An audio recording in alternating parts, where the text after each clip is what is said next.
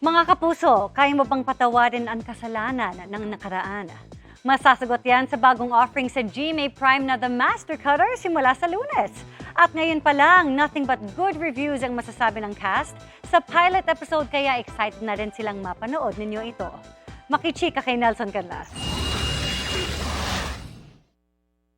Madali ka bang makahanap? Opening sequence pa lang. High impact at full of energy na.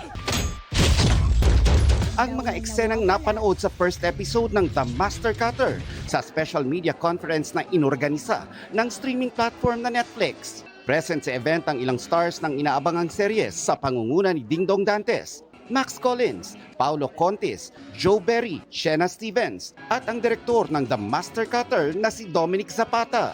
Na-surprise pa rin kami, parang meaning yung feeling na nakuha namin nung naparod the first time, ganun pa rin eh.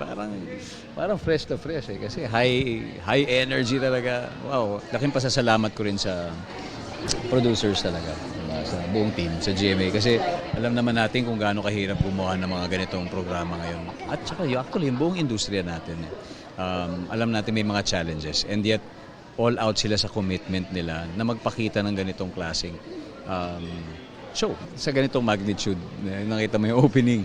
Siyempre inisip rin kasi namin, di ba, papalabas tayo sa Southeast Asia, pakilala naman yung mga Pilipino, di ba? And we wanna be able to do something that yung Pinoys can also be proud of. Ikinwento rin ng cast ang ilang mga kakaibang eksenang ginawa nila. 2 weeks ago nakipagsuntukan ako sa madre kasi madre costume si Ding. It's very entertaining pero sobrang nakakapagod. Pero sabi nga namin ni Dong, pag pinaparod namin, sulit eh.